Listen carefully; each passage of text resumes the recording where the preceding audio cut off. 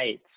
So, in the spirit of respecting everybody's time, because I know certainly there are lives to be led, and um, again, wanting to respect everyone's time, we're just going to get started.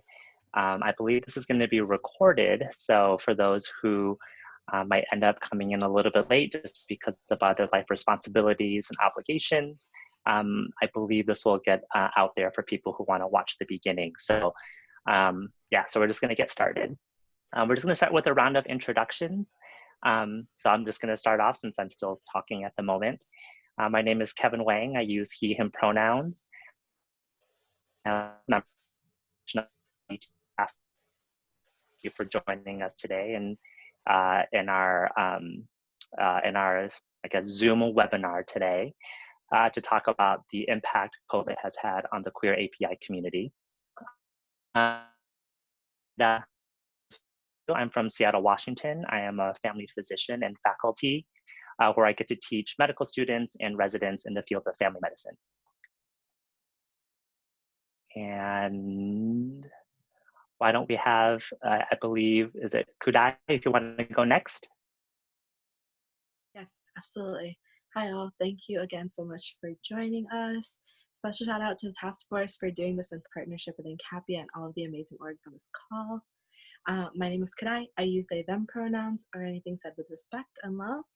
And I am coming in from Washington, D.C. I work with the National Queer Asian Pacific Islander Alliance. We're a national federation of queer trans orgs throughout the U.S.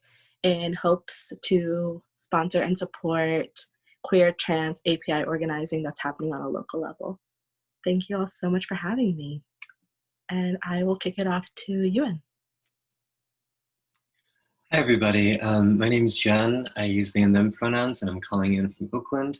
I work as a community organizer at APINC, or API Equality Northern California, where we build trans and queer API power in the Bay Area.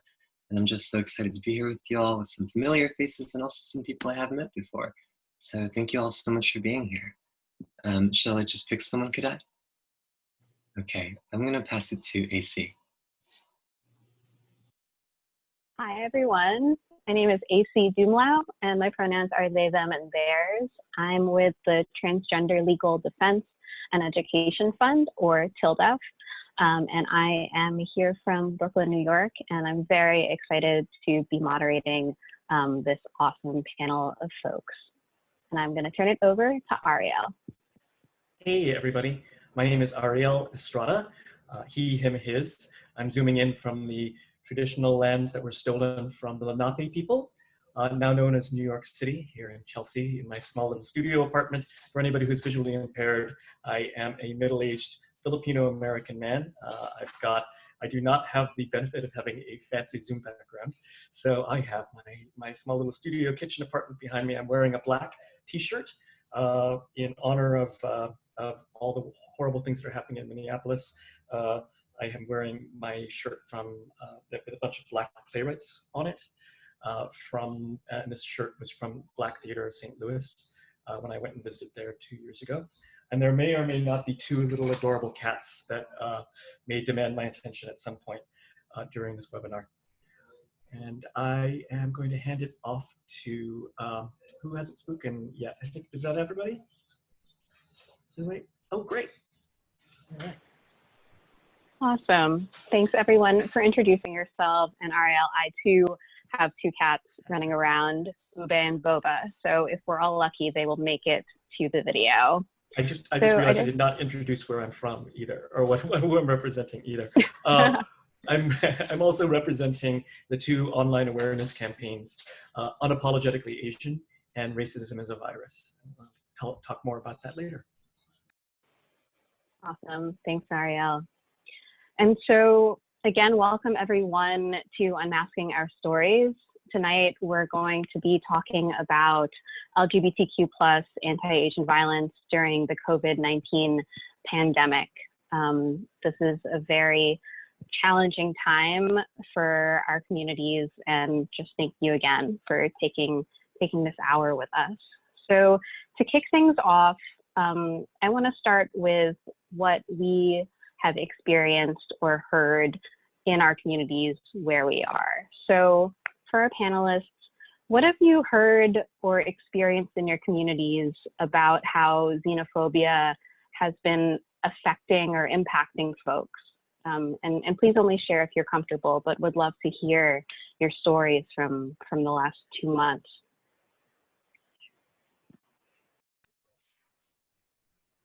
Well, I can start with my personal story, AC. It's, it's certainly not as been terrible, as dramatic as some of the more horrible attacks that have happened, including the terrible attack that happened to the woman who had an acid attack while she was taking her garbage in Brooklyn. And I actually haven't heard any further stories about what happened to her, if she's okay or anything. If anybody knows, please let me know. It was very mild in comparison. I was just walking down the street in the near the beginning of the lockdown, and then another man of color came up next to me, and I was wearing my headphones, and it was easy for me to try to kind of ignore him, but I realized that there was definitely some terrible anti-Asian epithets and saying that COVID was my fault and why am I in this country. And I knew enough of de-escalation training to know that I should just leave this situation as soon as possible.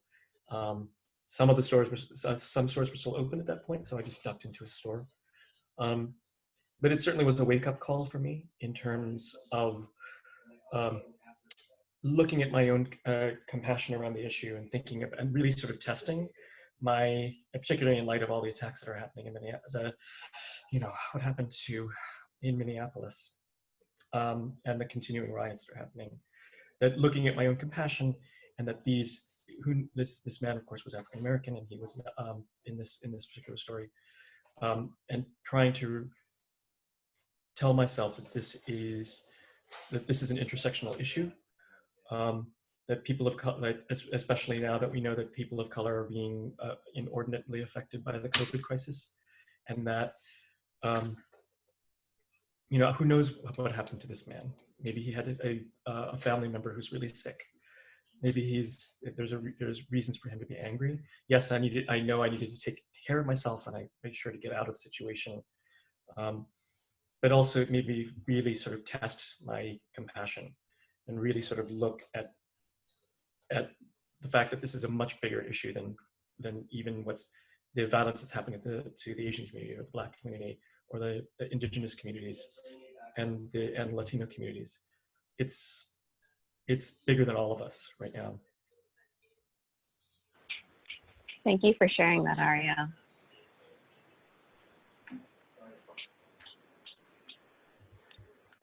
So AC, if I may, oh, I'm sorry, is it okay? Yeah, please, Kevin. Sorry, I apologize, thank you. I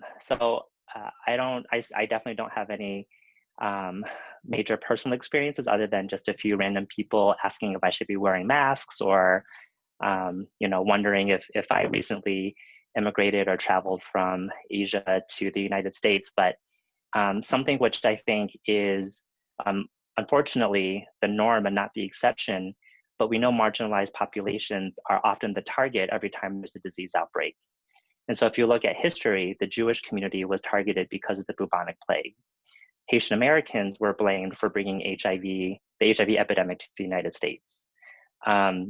Mexican Americans were blamed for bringing in H1N1, right? People from Africa were blamed for bringing Ebola. Well, they didn't bring it to the United States, but the attacks on marginalized populations is all too common. If anyone has heard of the group or the website Stop AAPI Hate, they have documented at least 1,500 instances of physical and verbal violence against Asians for the coronavirus public health crisis. Anywhere from, again, verbal assaults to stabbings, I think, which happened in New York. With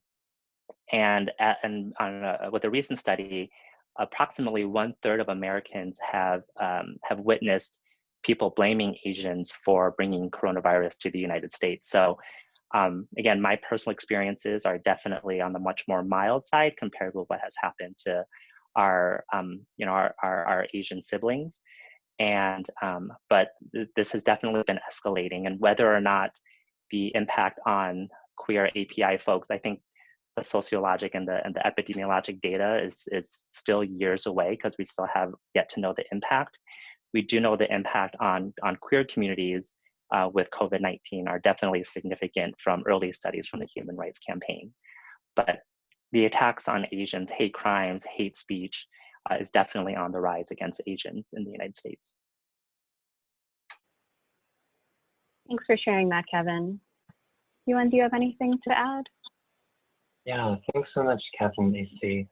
I really agree with everything y'all said, and I just really want to emphasize that trans and queer API people are really at the crosshairs of so much violence we're seeing right now.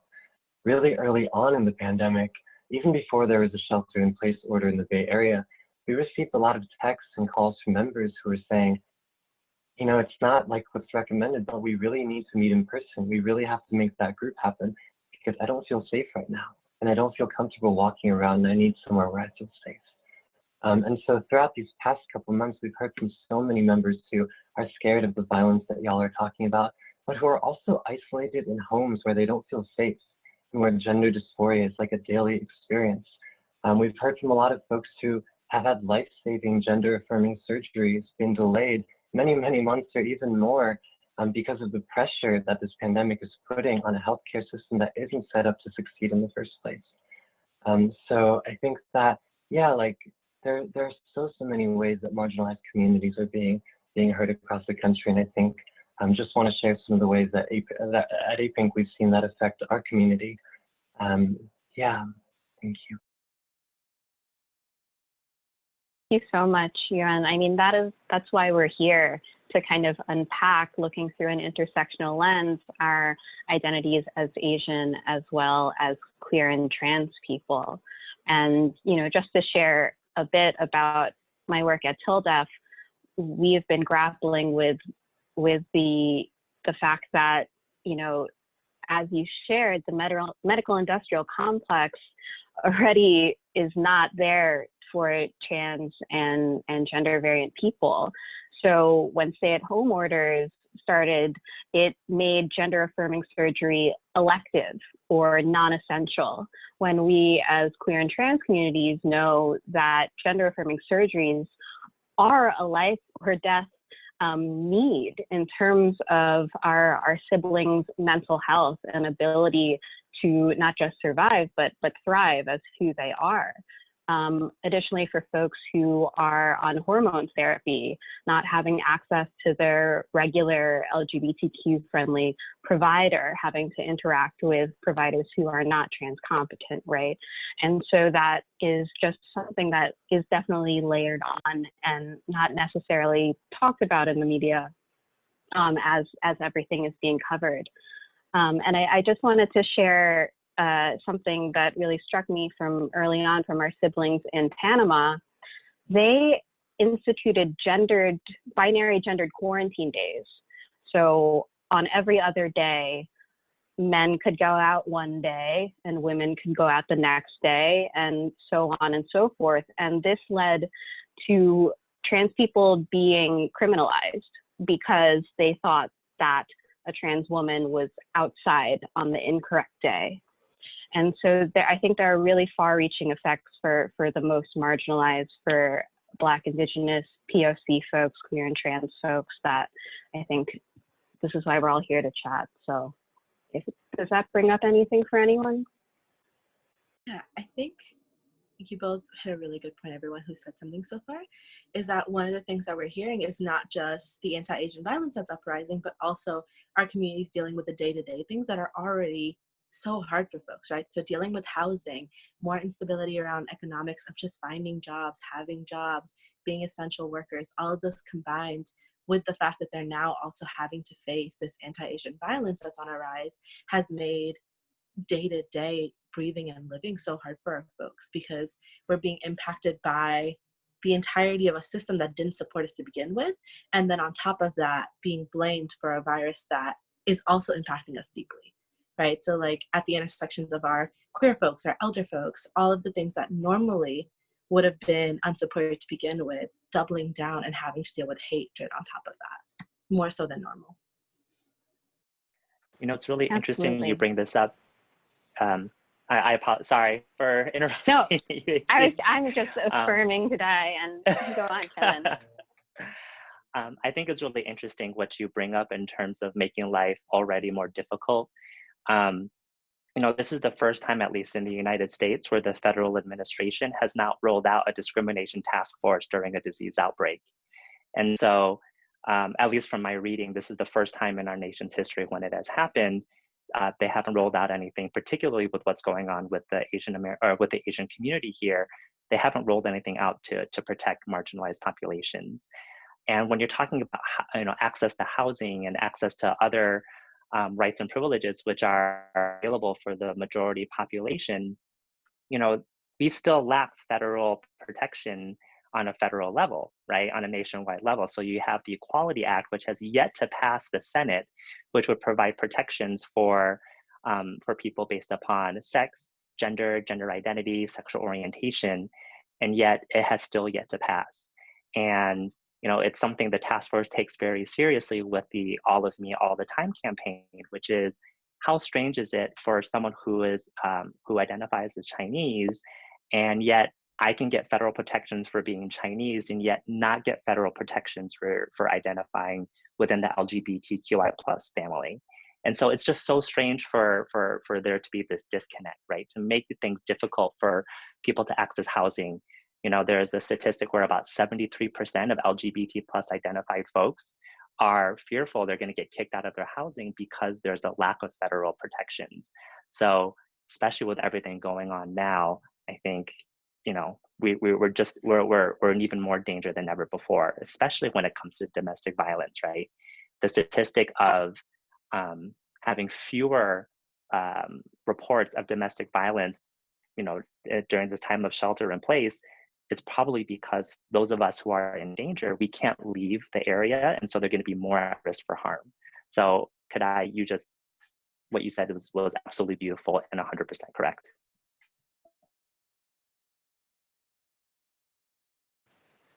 So Kevin, talking about increase in domestic violence, I think that kind of links back to sheltering in place that does not mean safety. So that can range from interpersonal violence, domestic violence, to what you were sharing about folks needing community with their regular interactions with their queer and trans chosen family.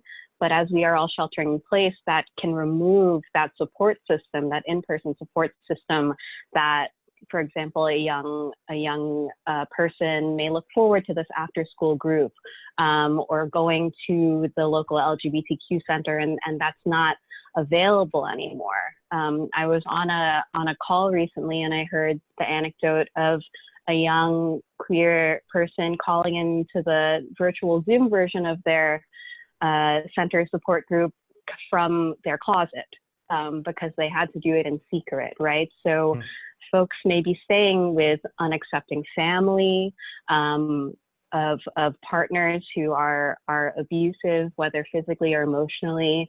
And I think when we're thinking about queer and trans folks, it makes me think directly of kind of conversations we have about our Asian American communities, about just acceptance as queer and trans people. How much more is that magnified when we all have to stay in a place that is not necessarily safe?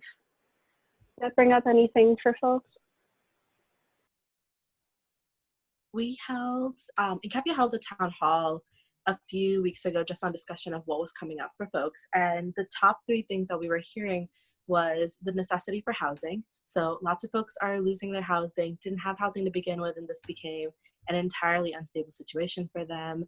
A lot of DV reports, so folks reporting that they are either stuck with abusive guardians that are parents or abusive partners, etc. All of those kinds of things, and those are really coming up, and we're hearing a lot of our, for instance, we have API DBRP in DC, and they were talking about how a lot of their phone lines have completely blown up in a way, right? 77% increase in just a DC area of the amount of people needing and developing support. And the last one being mostly this is heightening a need for parental acceptance within our communities and accelerating conversations that, communities are planning to have in very structured ways, but instead it's becoming life-threatening because you're now having to be stuck at home with folks that you are attempting to have these conversations with over a period of time.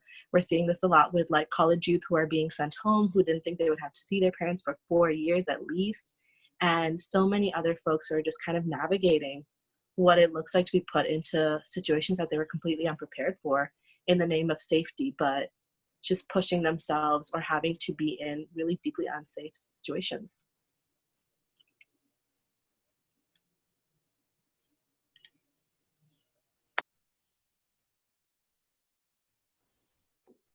I think you're muted, AC.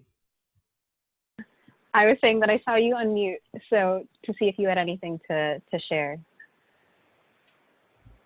I not in particular, but I did make me realize it's sort of that one of the particularly being slightly older than some of you here.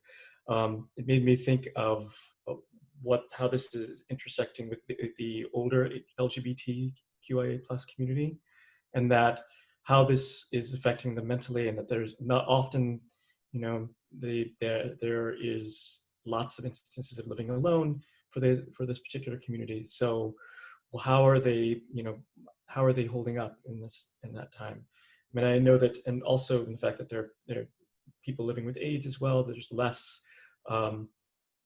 access to their healthcare, as well as being able to be social with people at this point.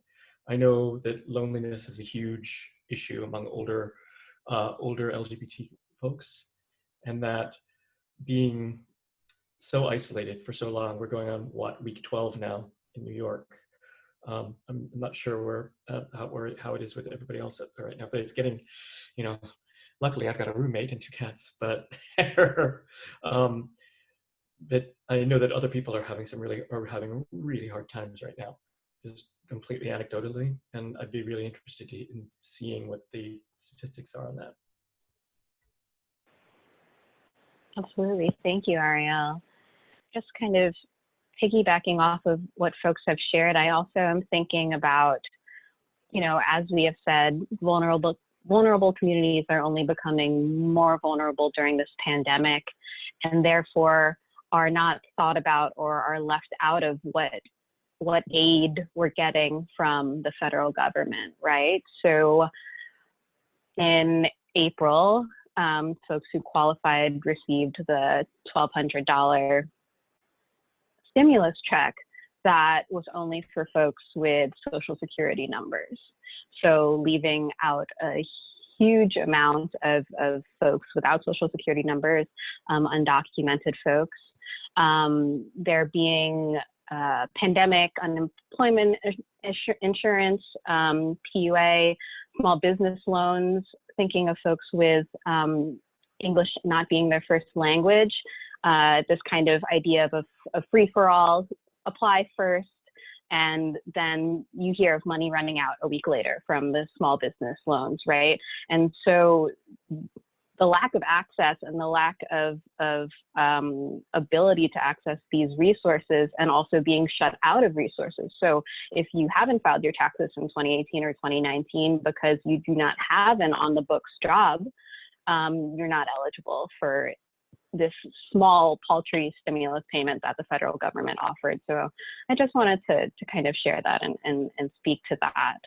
But the reason we're all here is to also hear about the work you all are doing to make a difference. And I'd love to hear more about your kind of on-the-ground work, both in real life, I like to say in real life, online's real life too, but both virtually and in person, and kind of what we can take from what you're doing and how we can also help you. So we'd love to hear from the 4 of you.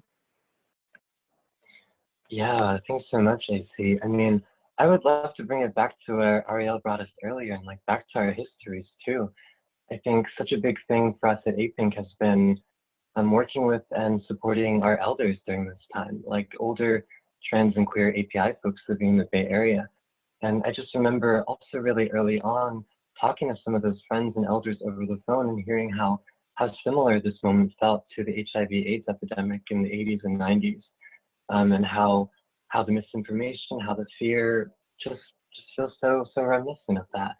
And I think a big learning from that history is that systems that were there that were supposed to serve us failed us, and our people had to turn to each other for care. And I think that that's something that we've really been trying to learn from and practicing together right now, from our youngest folks in our community to our oldest folks. The idea that investing in relationships, whether or not we're in crisis, prepares us and gets us ready for the hardest times. So trying to respond to the isolation we've been feeling with connection, whether it's simpler, just having a potluck and for people to like bring food and gather and just see each other in their own homes. Some of our elders have also been organizing workshops about how to ask for help, why it matters, why it's really hard, and how to offer it too. And seeing that as like a real concrete and essential skill to practice. And I think the biggest thing we've really been working on is realizing that, a lot of folks in our community are not going to name that they need help, right? A lot of folks in our community have never been in a space where their needs for help and support have been honored before. And so trying to organize a phone tree where we're reaching out to folks who are especially vulnerable, and not moving from connection and saying, like, we've got you, like, we're gonna support you emotionally, find social connection, but also moving from there to providing real material aid. And using connection and relationship as an opportunity to make that happen. So yeah, I think that this has been a really, really hard time. And also for so many other groups that I really admire, and for so many folks in this room, I've just seen people practice relationships as a political necessity and not just a convenience. So that's been exciting to see. Yeah, and I'm curious what other folks think.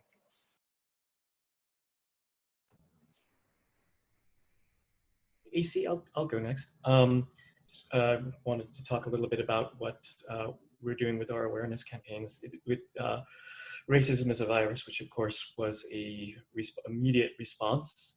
We like to think of it as, I'm working with a group called Tremendous Communications.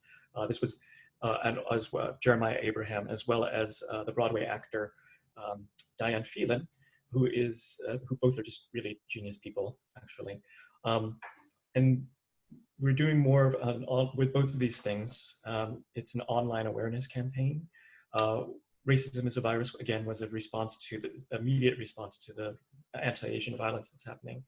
But then with our other campaign that we're doing, we like to call it the sister campaign. It's the Unapologetically Asian, where we're sort of working within, to Juan's point about really getting people to ask for help.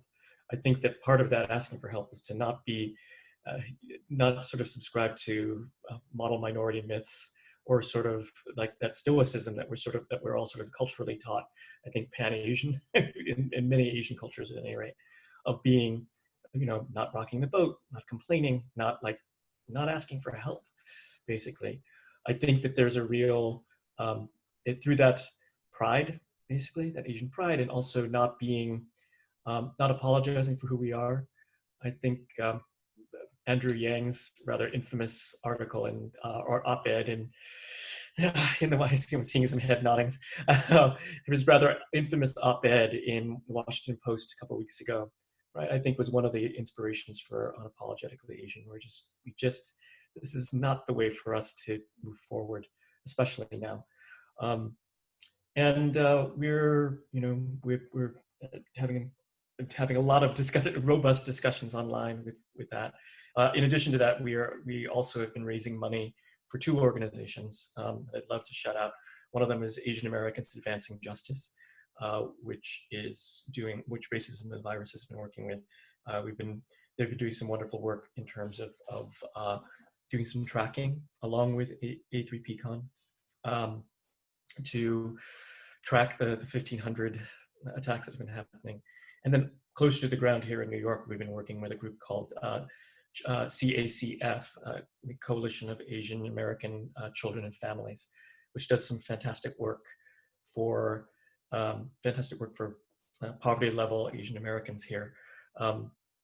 I'm not sure of the statistic nationwide. I know here in New York that in New York City, that we're the fastest, Asian Americans comprise the fastest growing poverty level group among any of the minorities here, quote unquote minorities.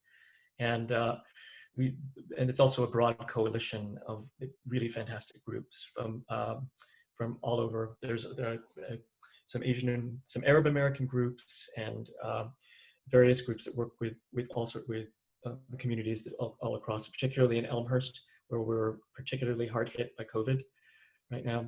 It's actually kind of a nightmare over there. People are telling me that live near there are telling me that they're still hearing sirens every day, or seeing, the trucks outside the hospitals.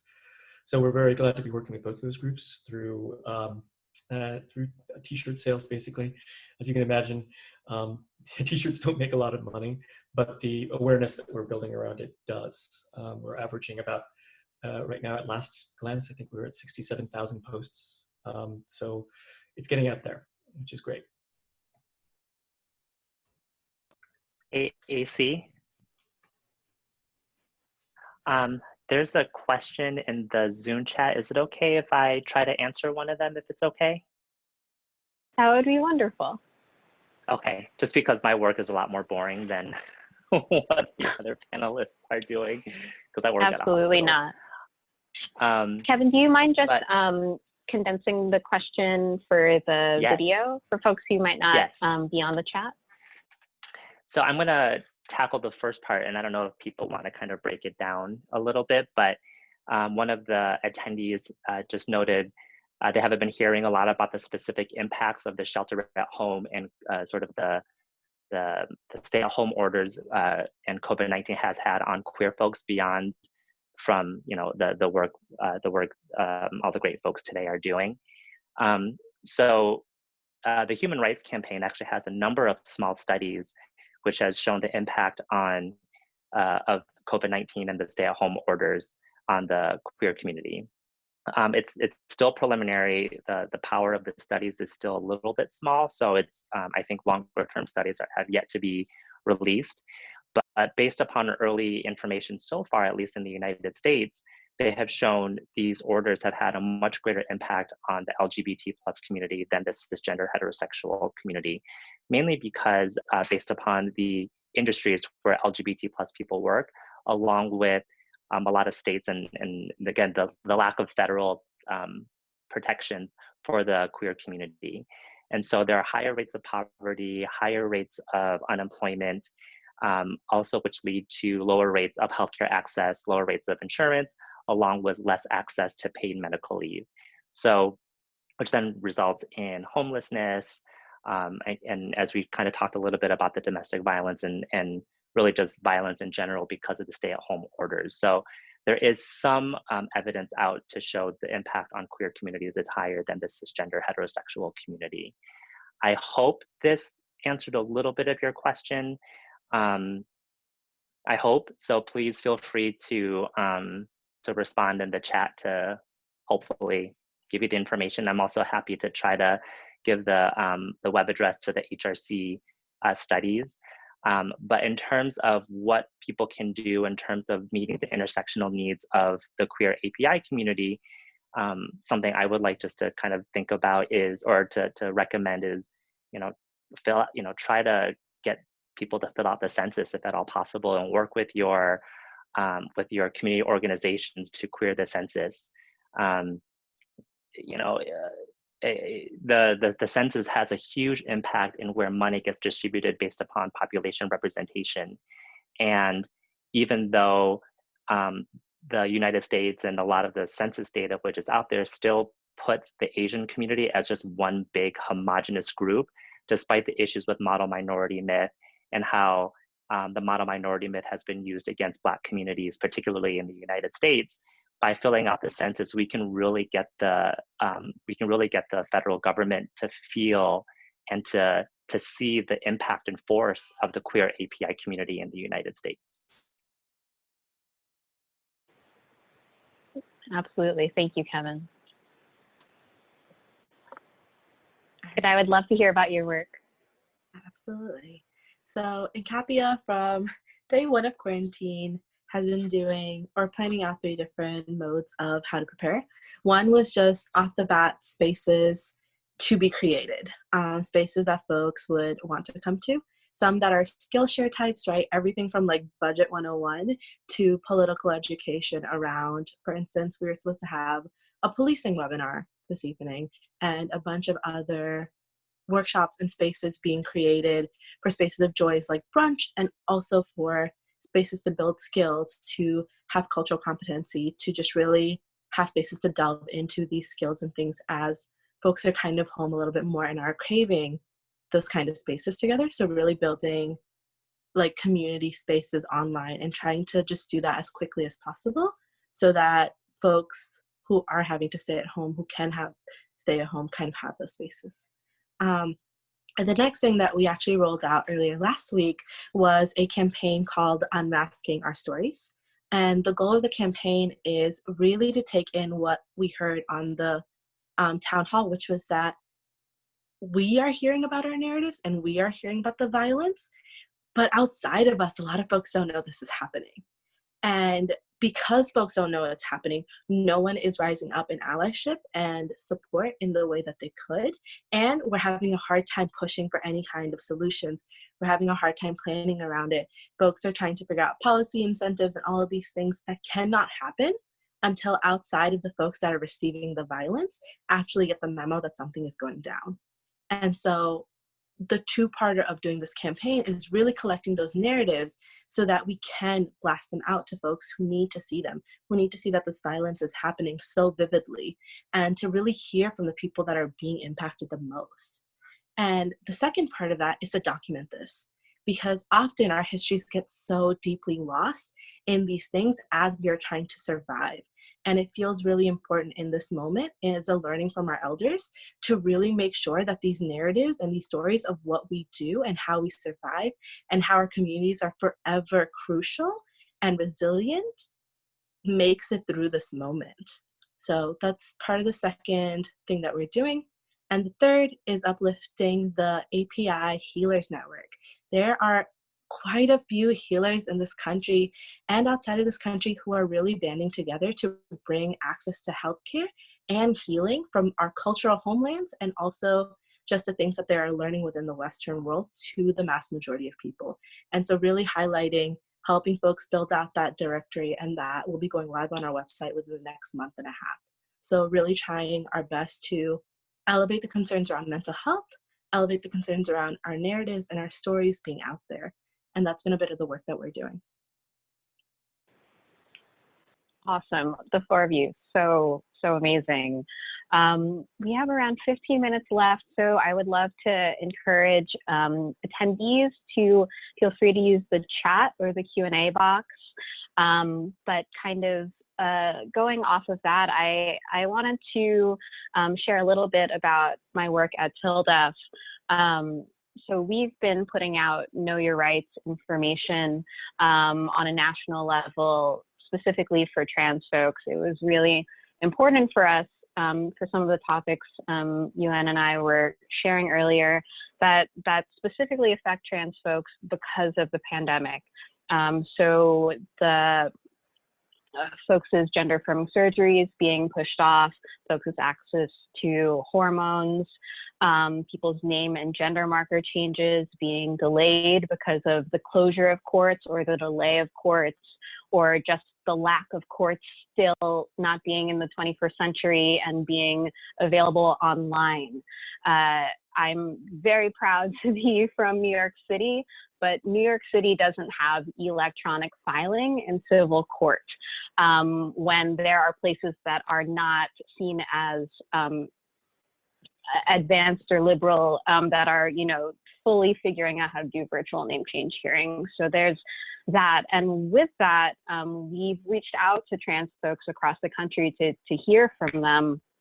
And just thinking of us bringing up the census, also thinking of Get Out the Vote and how COVID has completely upended kind of any in-person voting or having states that aren't equipped to share about mail-in voting going to have to just figure it out in their primaries if they're still having them, or of course in the general, which then makes me think of language access and all of our communities, right? So all of these issues are really heavy, but, you know, Ben in the chat thinking about, you know, why aren't policymakers seeing all of this as queer and trans issues? It's because the majority of people who are policymakers and in this country and in this world are cisgender and heterosexual. And so our issues are never going to be at the forefront of folks' minds until we continue gathering our allies and accomplices and get them to be loud for us as well. Because the 5 of us on this panel and folks in our communities know that we've been speaking up about these issues. It's just unfortunate that we haven't been fully heard in that way.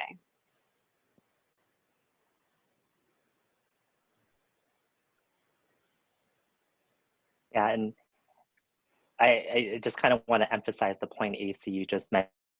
You know, this is what happens when you have these sorts of pandemics or epidemics. And again, these marginalized populations are going to be are put on the defensive because we're getting attacked and targeted, right?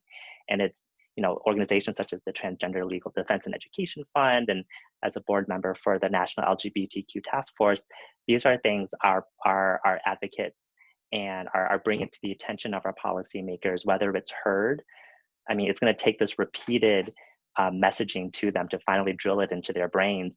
But then it's also going back to, you know, what we can do as individuals, and however you want to term or however you want to interpret the word advocacy can be on a one-on-one basis with somebody you talk with who may have different perspectives than you do. It can also be putting out on social media, asking your friends to fill out the census, right? The more we are seen, if we can get more of us to be seen as a population who has, again, an impact on what is happening, then hopefully eyes will start to be opened from our policymaker standpoint. But you're going to have all the great work all of the panelists do. I'm a board member, so I'm not doing the grassroots work, and for whatever reason, boards get a lot of the acclamation when really it's all the staff members at the task force, all the work that Yuan and Kadai and Arielle and AC are doing. The work I do is just more within what I do in my hospital system and in my clinic, but it's really getting the attention of the policymakers or state legislators, and to say, yes, this is a pandemic which is affecting a large portion of the patient population or the large population, but it is targeting people who don't have access here and who have been marginalized and discriminated against for years, right? So I wish I could tell you more, but I do know there are people way above my knowledge base and my skill level who are doing the great work which needs to be done and getting the attention of our policymakers.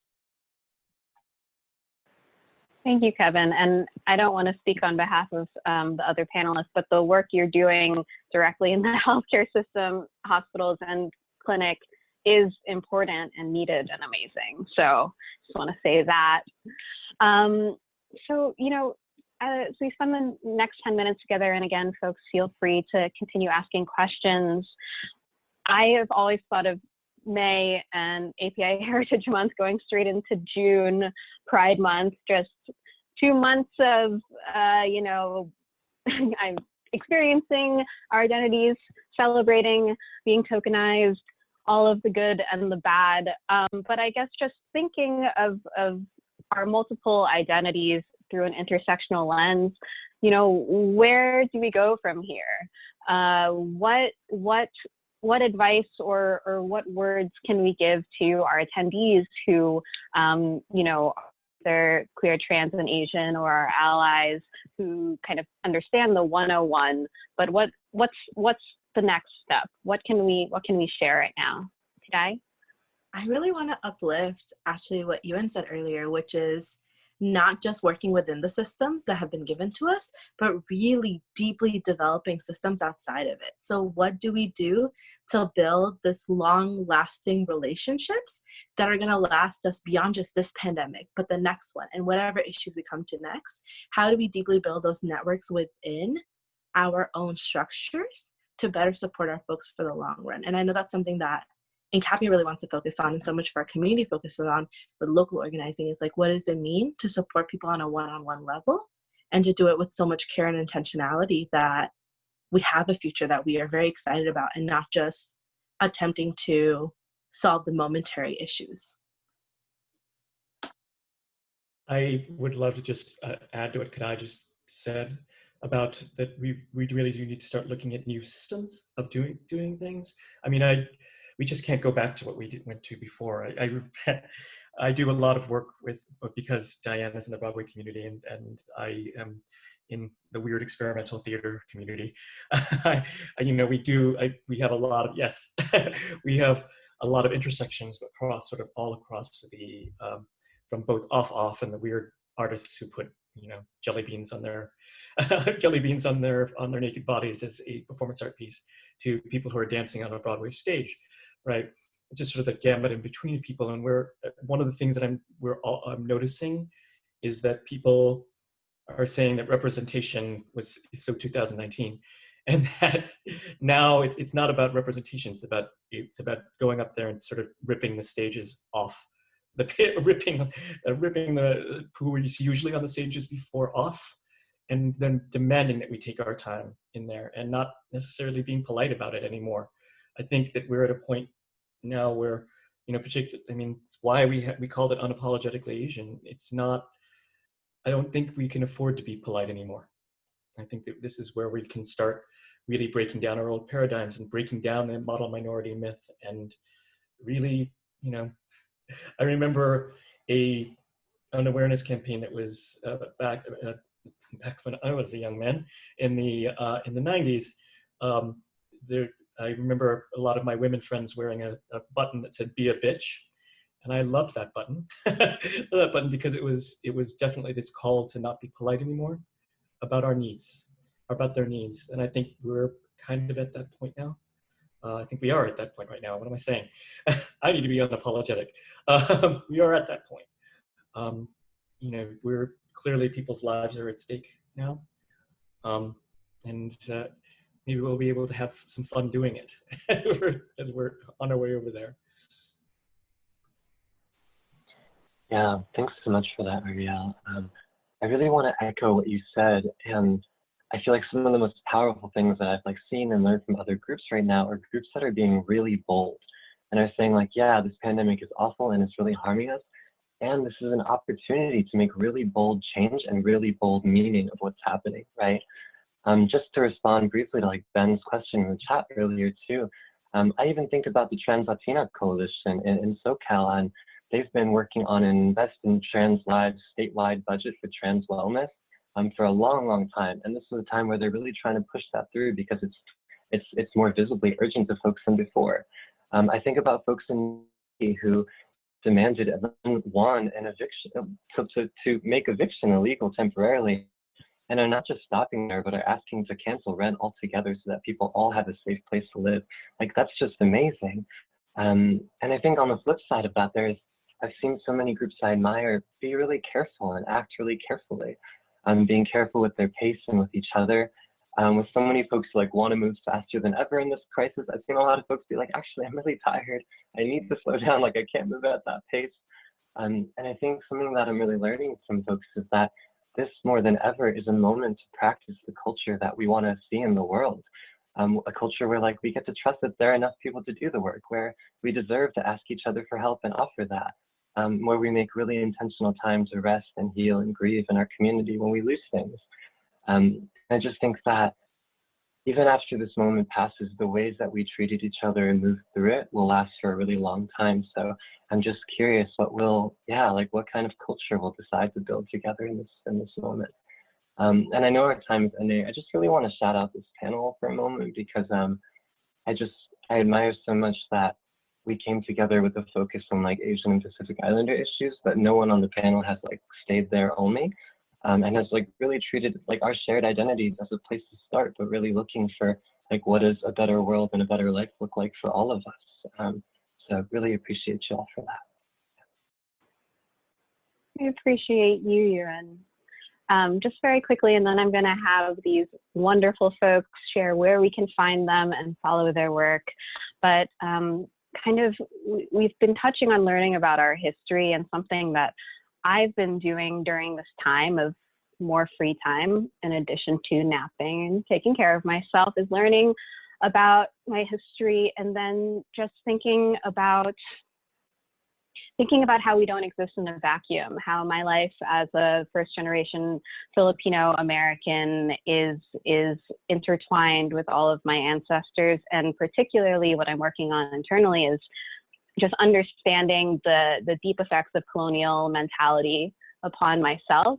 So when we talk about the stereotypes of Asian people being nice and docile, and, you know, Filipino nurses are, you know, the best nurses because they take care of people. On the surface, these seem like kind things, but it's a learned colonial mentality to survive, to show that we should not be attacked by the oppressor, by the colonizer, by the white folks. And kind of examining that and parsing that out and understanding the depths of what it means to have this idea of the model minority, and how it can even still be internalized with folks who have been thinking about these things. And I still have, you know, a lifetime of that learning to go. So just wanted to touch on that. I'm not saying everyone has to go out and read a history book, but that's what I've been doing. And so the four of you, I'm going to call on you, and I just want to hear what you would like to share with our attendees, where we can find you and your work and support you. So I'm going to start with Kevin. So I guess, first of all, I think, thank you for moderating, AC. I think you've done a phenomenal job of leading the four of us who talk a lot. I think the one thing I just want to say, that the theme I've kind of gotten is just, I think this also, we should not underemphasize the resilience of marginalized communities and populations. And as you've seen how quickly the organizations all of you work with, how quickly you've been able to adapt and to respond to the needs of our communities. I just want to say thank you so much for everything you've done.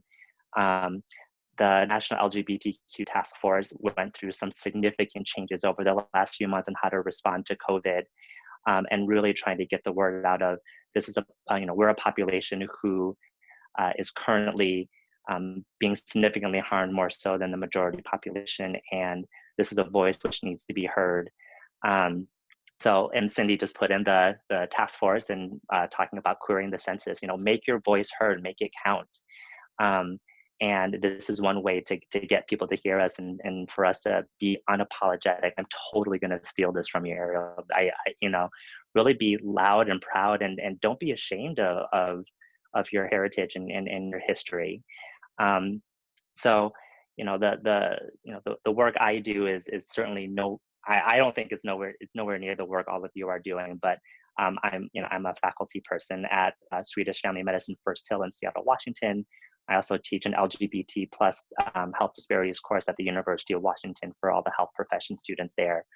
I'm also a board member with the National LGBTQ Task Force, and also I'm on the National Medical Committee for Planned Parenthood Federation of America, which, as you also know, people with uteruses are also being targeted, and there are people claiming reproductive health services are not considered an essential service. So I'm happy to talk more about it. If anybody has any questions, feel free to email me at kevin.s.wang@me.com. Love to work with anybody to work with your community. So thank you, AC. Thank you, Kevin. Kadai, can you share with us where we can find you and your work? Yeah, absolutely. I also just quickly want to take a moment to recognize the moment that we're in with the recent deaths of so many Black folks on a continuous level, and also just remind folks that when you are home, if you are safe to do so, to please continue having those really crucial conversations around what anti-Blackness looks like within API folks. Our current reality is their reality all the time and 10 times worse. And so just taking a moment to also highlight that in this moment. And yeah, y'all can find me at NQAPIA. So NQAPIA is NQAPIA. We have a website, we have Twitter, Instagram, all of the fun things. You can find us on Facebook. We did receive a we did just release our entire campaign that I was speaking about earlier. So I'm going to ask the folks at Task Force to just kind of send that out to folks so that you can blast it out. But thank you so much for having me. And of course, AC, thank you so much for moderating. My pleasure. All right, Ewan and then Arielle. Thanks, everyone. Thanks, AC, for moderating, Kadai and Cindy and everyone for bringing us together. Again, my name is Jan. I work at a place called APINK. There's nowhere to find me online, but you can find APINK on Instagram at the thing that I sent you in the chat. And if you want to follow our work or check us out on Facebook, we have a lot of events that are online now. So even if you're not in the Bay, we'd love to have you there. And the last thing is that this is kind of a sneak peek, but we are always fundraising throughout the year because our work as a really small grassroots organization is really funded by individual donors. So if you can help out, you can visit, and I'll chat this again, apink.org/donate, and we would love your help to make sure our work can continue if you can donate. So thank you so much for being here today. Thanks to my amazing co-panelists for talking together, and just happy to be with you all. Kevin, I just wanted to say, go UW. I went to school at UW. So I went to this, got my MFA at the School of Drama there in waiting tables, acting. You can find Unapologetically Asian and Racism is a Virus on all three major social media platforms, on Facebook, Twitter, and Instagram. And if you go to either of those pages, there's some pretty robust conversations going on there, particularly, especially now, because we're doing a lot of raising up of anti-Blackness in the Asian community right now, and trying to sort of draw attention to that, and also draw places where you can send money and support to some organizations in Minneapolis that are helping the people who are being affected by the riots, and people who are and also George Floyd's family as well. So I know that there's a GoFundMe going on right now to help pay for expenses. And I'm going to put this in the chat. I want to give you this secret link here to a party that we're having on Saturday, Saturday night. Yes, it's going to be really fun. We're working with the CACF, the Coalition for Asian American Children and Families, to do this little party here, which is going to launch some of our fundraising activities for the organization. We're working with a wonderful group here called Caucus, Quarantine Cocktails, which is bespoke cocktails made by a fantastic mixologist / actor, Hansel Tan, who created a fantastic soju sake cocktail, and I think there's some mujicha in it as well, called Unapologetically Asian. And we're all having a little toast with a couple Broadway stars, with Telly Leung, who was on Glee, and who was in Aladdin, and Courtney Reed, who was just in Cambodian rock band, and she was fantastic. Many TV shows as well. And then Francis Ju, my colleague, who just won the Drama Desk Award for Cambodian rock band, and he also was nominated for Soft Power. He's a huge star, and he's also been on Madam Secretary as a series regular as well.